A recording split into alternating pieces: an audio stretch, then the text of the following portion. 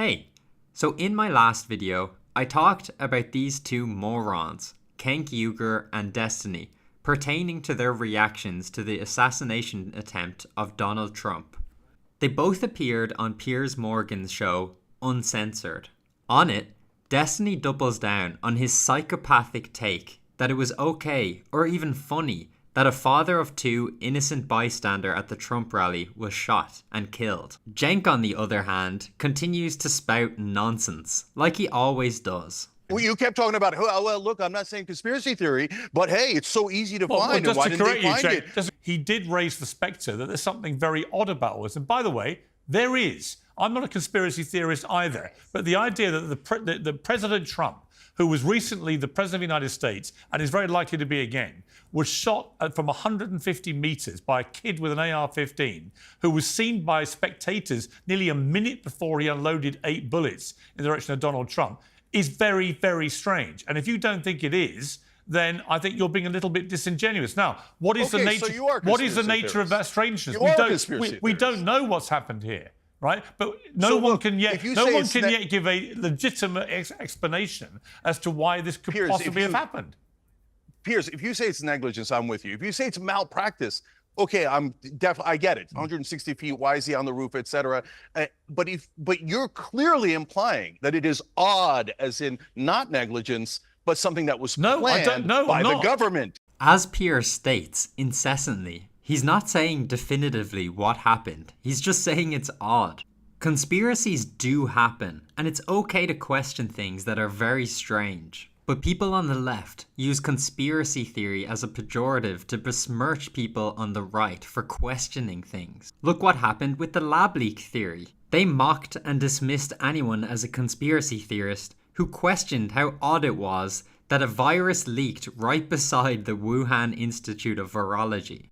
Back in 2020, Cenk's network, The Young Turks, uploaded this video.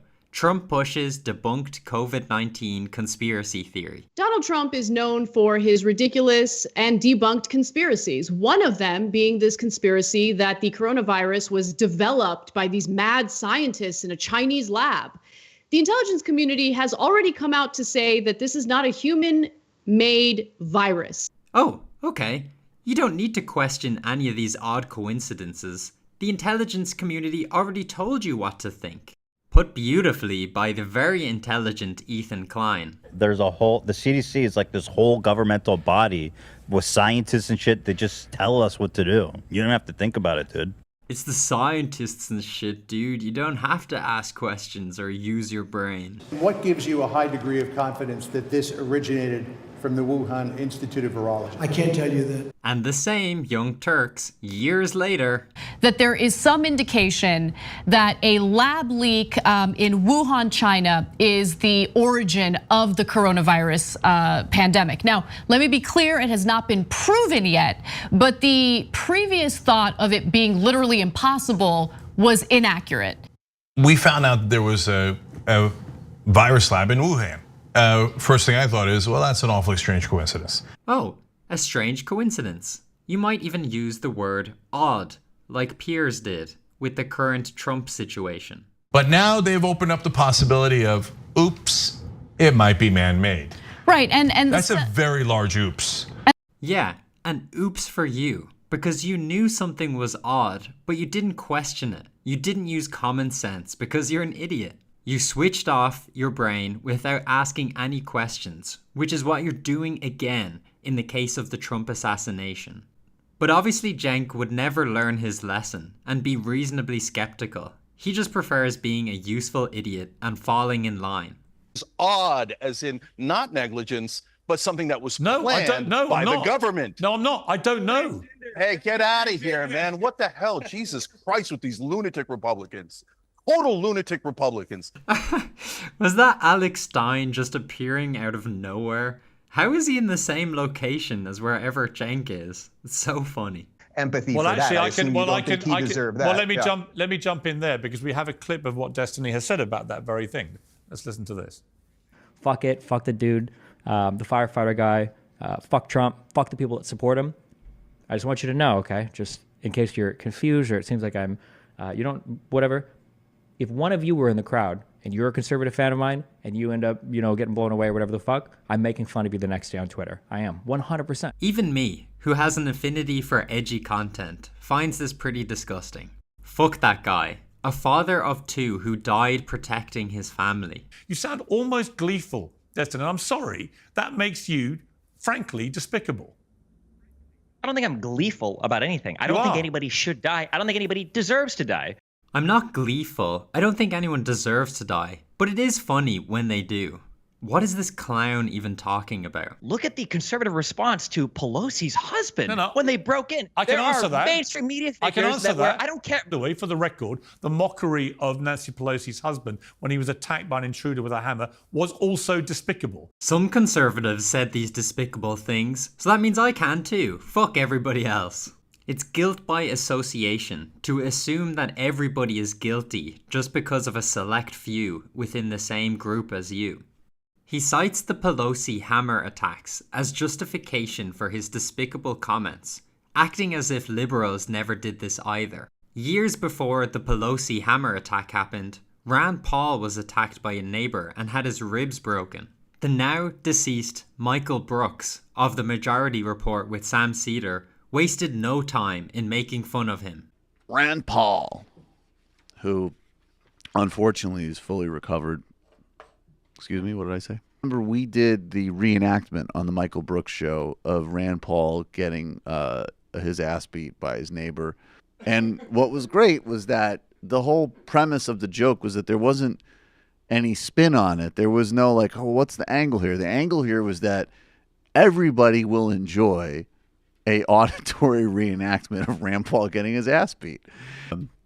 No, I'm just kidding. I don't want Rand Paul's ribs to be cracked, but I can't will argue that it wouldn't be helpful. But I can't argue that it isn't funny. So there you go.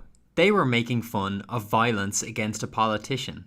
Does that mean it's okay to laugh at Michael Brooks' death? Point being, as Piers pointed out, both sides engage in this disgusting rhetoric, and it should be condemned no matter what side you're on.